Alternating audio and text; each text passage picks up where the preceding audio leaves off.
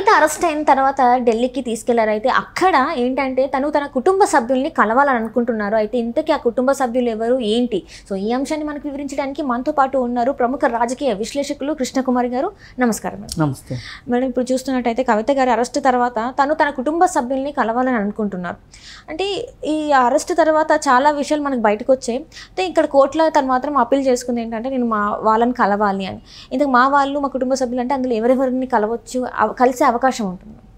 ఇప్పుడు ఆవిడ వాళ్ళ అమ్మని కలవాలి అనుకుంది, వాళ్ళ అమ్మతో పాటు పిల్లల్ని కలవాలి అనుకుంది. ఇంతవరకు సమంజసం. నిన్న మొన్న అన్న కలిశాడు, బావ కలిశాడు, కజిన్ సిస్టర్స్ని, కజిన్ బ్రదర్స్ని. అంటే ఇప్పుడు వాళ్ళ ఇంట్లో ఏదన్నా ఫంక్షన్ అయిందనుకోండి, లిస్ట్ రాసుకుంటాం కదా ఎవరెవరిని పిలవాలి అని. అలా ఒక లిస్టు తయారు చేసుకుని ఆ లిస్ట్ అంతా కోర్టు మొహాన పడేసి వీళ్ళందరినీ పిలిపించండి అంటే ఓ స్పెషల్ ట్రైన్ వేసి పిలిపించాలా? వీళ్ళందరినీ చేసింది సిగ్గుమాలిన పని. అది చాలనట్లు జైల్లో కూర్చొని నేను ఈ తప్పు ఎందుకు చేశాను, నేను ఇలా చేయకుండా ఉండాల్సింది, తెలంగాణ జాగృతి పేరు చెప్పి, బంగారు తెలంగాణ పేరు చెప్పి, ఉద్యమం పేరు చెప్పి, ఇన్ని కథలు ఇన్ని కాకరకాయలు చెప్పి నేను చివరికి చేసింది లిక్కర్ స్కామ్లో తేలాను. ఎందుకు చేశాను, నా జీవితంలో ఇలా ఎందుకు జరిగింది, నేను ఎందుకు చేశాను, చేయకుండా ఉండాల్సిందని పశ్చాత్తాపం పడాల్సింది పోయి వాళ్ళ పిలవండి వీళ్ళ పిలవండి. అసలు కజిన్ సిస్టర్తో ఏం పని నీకు? నీ తల్లి, నీ తండ్రి, నీ భర్త, నీ పిల్లలు, అంతవరకు బాగుంది. కజిన్ సిస్టర్స్ పేర్లు 4 పేర్లు వచ్చాయి. ఎవరో కజిన్ బ్రదర్ అంట, ఆయన పేరు వచ్చింది. వాళ్ళందరినీ పిలవాలి, పిఏని పిలవాలి. సో పోనీ పిఏ అంటే ఏమన్నా చెప్పుకోవాలేమో, ఓకే. ఇది అసలు అందుకే ఇది ఒత్తుత్తే అరెస్ట్ అనేది ఇందుకే. మేము కొట్టినట్టు యాక్షన్ చేస్తాము, నువ్వు ఏడ్చినట్టు యాక్షన్ చేయన్నట్లు ఉంది. ఇది అంతకుమించి వేరే ఏమీ లేదు. అంటే ఈ అరెస్ట్ అనేది జస్ట్ ఇప్పుడు వచ్చే ఎలక్షన్స్ కోసం ఒక రాజకీయ ఇది ఒక ఎలక్షన్ స్టంటు, ఇది రాజకీయ అవసరం. ఈ కార్డు ఎప్పటి నుంచో బీజేపీ చేతిలో పెట్టుకుని కూర్చుంది, ఎప్పుడు వేయాలా అని. అసెంబ్లీ ఎలక్షన్స్కి అవసరం లేదనుకుంది. ఇక్కడ ఎలాగో వాళ్ళకి మెజారిటీ రాదు కాబట్టి, ఇక్కడ అధికారంలోకి రాం కాబట్టి ఇక్కడ అప్పుడు వదిలేసేసింది. ఇప్పుడు పార్లమెంట్ సీట్లు ఎక్కువ కావాలి కాబట్టి మాకు టీఆర్ఎస్కి సంబంధం లేదు అని చెప్పాలి, అసలు మాకు ఏ మైత్రి బంధం లేదు, ఏమీ చీకటి బంధాలు లేవు అని ప్రజలను నమ్మించడం కోసమే ఇప్పుడు కవితను అరెస్ట్ చేశారు. అదే అప్పుడు అరెస్ట్ చేసి మళ్ళీ ఇప్పుడు అరెస్ట్ చేస్తే ఆ మజా రాదు కదా. అందుకని చెప్పి ప్రజలకి నిజమే వీళ్ళిద్దరూ చాలా శత్రువులుగా మనసు అని అనుకునే ప్రమాదం ఉంటుంది. అనుకోవాలని వీళ్ళ ఉద్దేశం. అనుకోకపోతే గనక ఈ ఓటు బ్యాంక్ అంతా కాంగ్రెస్కి వెళ్ళే ప్రమాదం ఉంటుంది. అందుకని కాంగ్రెస్ని నిలవరించడానికి వీళ్ళిద్దరూ కలిసి ఆడుతున్నారు నాటకం. ఇది డ్రామా, అంతకంటే ఏమీ లేదు. లేకపోతే ఎందుకండి ఆవిడ కజిన్ సిస్టర్తో ఆవిడకి ఏంటి పని అండి? అంటే మామూలుగా అయితే లాయర్లని కలవాలి, నేను ఇంకా మా వాళ్ళతో ఇది చెప్పుకోవాలని మాట్లాడే వాళ్ళని మనం చూసాం, అలాంటి సందర్భాలే చూసాం. కానీ ఇక్కడ ఏంటంటే కజిన్ సిస్టర్స్, కజిన్ బ్రదర్స్ అంటే ఆటల్లాగా ఉంది. ఇది అసలు ఆమె జైల్లో ఉన్నట్టు లేదు, ఆమె ఒక గెస్ట్ హౌస్లో ఉన్నట్టు ఉంది, ఆమె ఏదో సొంత ఇంట్లో ఉన్నట్లు ఉంది తప్పితే వేరేగా లేదు.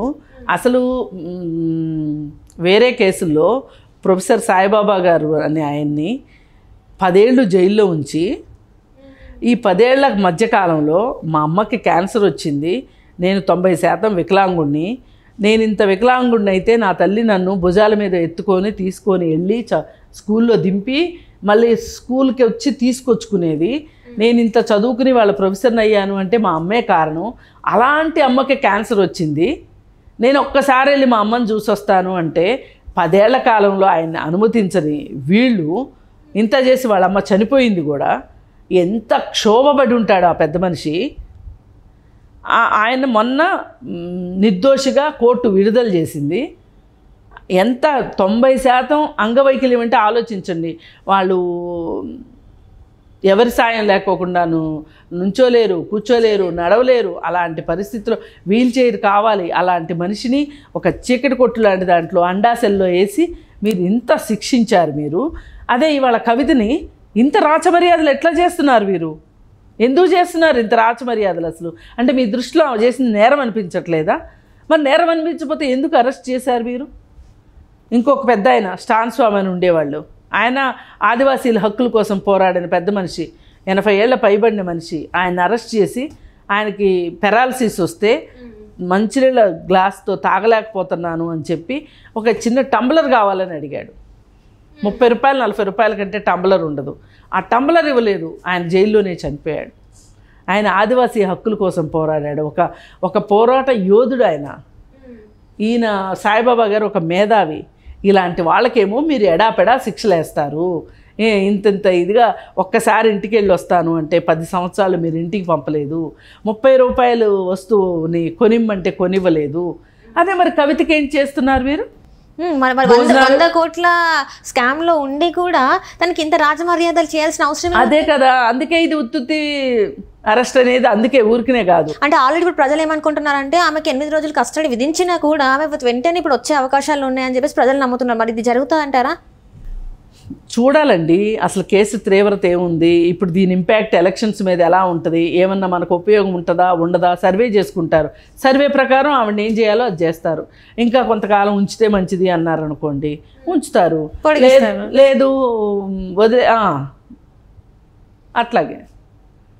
అంటే కోడికత్తి సీన్ అసలు నేరం చేయలేదు, నేరం చేయకుండానే 5 సంవత్సరాలు జైలు శిక్ష విధించారు. అంటే కనీసము ఏమంటారు దాన్ని, అతనికి పెరోల్ కూడా ఇవ్వలేదు, ములాఖతులు కూడా ఆపి చేసేసారు చివర్లో. అలాంటి పరిస్థితులు ఉన్నాయి వాళ్ళ గడ్డు పరిస్థితులు. మరి ఈవిడేమో కజిన్ సిస్టర్స్ అందరూ వచ్చి చూసేలాగా ఏంటి, వాళ్ళందరూ ఎందుకు రావాలి అసలు? కజిన్ సిస్టర్స్ వాళ్ళందరూ ఏమన్నా ఈవిడికి బినామీలా? వాళ్ళందరి దగ్గర ఏమన్నా ఆస్తులు దాచిపెట్టింది ఆవిడ? అంటే ఇప్పుడు ఒకటి ఏంటంటే మన కొన్ని ల్యాండ్స్ పేర్లలో నిషేధిత ల్యాండ్స్లలో వీళ్ళ పేర్లు, కవిత బంధువుల పేర్లు తీసేస్తున్నట్టు కొంత వార్తలు వచ్చినాయి. సో దానికోసం ఏమైనా మాట్లాడే అవకాశం ఉందంటారు? మరి కావచ్చు, ఏవో లావాదేవీల కోసమే, ఆమెను పరామర్శించడానికైతే కాదు. ఆవిడ దృష్టిలో వాళ్ళకి ఆమెకి ఏవో లావాదేవీలు ఉన్నాయి, అందుకే వాళ్ళని పనిగట్టుకుని పిలిచింది. ఇంకెవరు లేరా కజిన్స్ ఆమెకి? ఈ కజిన్స్ని ఎందుకు పిలుచుకుంది అసలు? జైలుకి ములాఖత్కి కజిన్స్ని పిలవడము అనేది ఎక్కడా నేనైతే వినలా. పైగా ఒకేసారి ఇంతమంది, పోలీసులు కూడా అన్నారంట, ఒకేసారి ఇంతమందికి పర్మిషన్ ఇవ్వాలి అంటే మా వల్ల కాదు అని చెప్పి. ఇంకా చిట్టా చాలానే ఉన్నట్టుంది. ఏదేమైనా తల్లిని చూడాలనుకుంది, దాన్ని మనం ఎవ్వరము కాదనలేము. సరే వేరే వాళ్ళకి అలా చేయలేదు, కానీ ఈవిడికి అలా చేశారు, అంతవరకు బాగానే ఉంది. పిల్లలు చూడాలనుకుంటున్నారు, అంతవరకు బాగానే ఉంది. అసలు ఈ ఓటర్ లిస్టులో పేర్లు పెట్టి పిలిచినట్టు వాళ్ళందరూ రావాల్సిన అవసరం ఏంటి అసలు? ఎక్కడ చూసినా వీళ్ళకి ఒక స్పెషల్ ట్రీట్మెంట్ ఉంటుంది, కానీ ఒక తప్పు చేసిన వ్యక్తిలాగా, ఒక నేరస్తుడిలాగా వాళ్ళనైతే ట్రీట్ చేసింది మనం చూడలేదు. వాళ్ళ అదృష్టం అండి, రాజకీయ నాయకులుగా పుట్టి నేరాలు చేశారు. అదే మామూలు వ్యక్తులు నేరాలు చేస్తే ఇలాగే ఉంటుందా? ఒక డబ్బులు లేని వ్యక్తి ఇట్లాంటికి నేరం చేస్తే ఊరుకుంటారా? వీళ్ళకి డబ్బులు ఉన్నాయి, పదవులు ఉన్నాయి కాబట్టి వీళ్ళు ఏం చేసినా చాలామంది అయిపోతుంది. ఇలాంటి కేసులు నిజానికి న్యాయ వ్యవస్థకి సవాళ్ళు లాంటివి. అడిగే ప్రజలు లేక వీళ్ళు ఇష్టానుసారం చేస్తున్నారు. రేపటి రోజున ఇంకా తను బయటకు వచ్చే, అంటే రేపటి రోజున మీరు అన్నట్టు రాజకీయ లబ్ధి కోసం మరి తను లోపల ఉంటుందో బయట ఉంటుందో అనేది అయితే మనం చూడాలి. అసలు వాళ్ళు లెక్క వేసుకుంటారు, మనకు ఉపయోగం ఉంది అంటే జైల్లో ఉంచుతారు, అరెస్ట్ చేసిన ఉపయోగం లేదంటే ఇంటికి పంపిస్తారు, అంతే. ఎందుకంటే వాళ్ళందరూ కలిసి చేసిన కుట్ర ఇది. కవిత, విజయసాయిరెడ్డి, వాళ్ళ అల్లుడి బ్రదరు శరత్ చంద్రారెడ్డి, ఇంకా ఉన్నారు కదా రకరకాల వాళ్ళందరూ, మాగుంటి శ్రీనివాసులు రెడ్డి కొడుకు, వీళ్ళందరూ కలిసి ఒక సిండికేట్ లాగా అయ్యి వీళ్ళందరూ కలిసి ఆప్ని ఇరికిద్దాం అనుకున్నారు, పార్టీని ఇరికిద్దాం అనుకున్నారు. ఈ వీళ్ళ లక్ష్యం ఏంటంటే ఈ కేసు పేరు చెప్పి కేజ్రీవాల్ని అరెస్ట్ చేయాలి, అది వాళ్ళ ఉద్దేశం. అందుకోసమే ఇదంతా.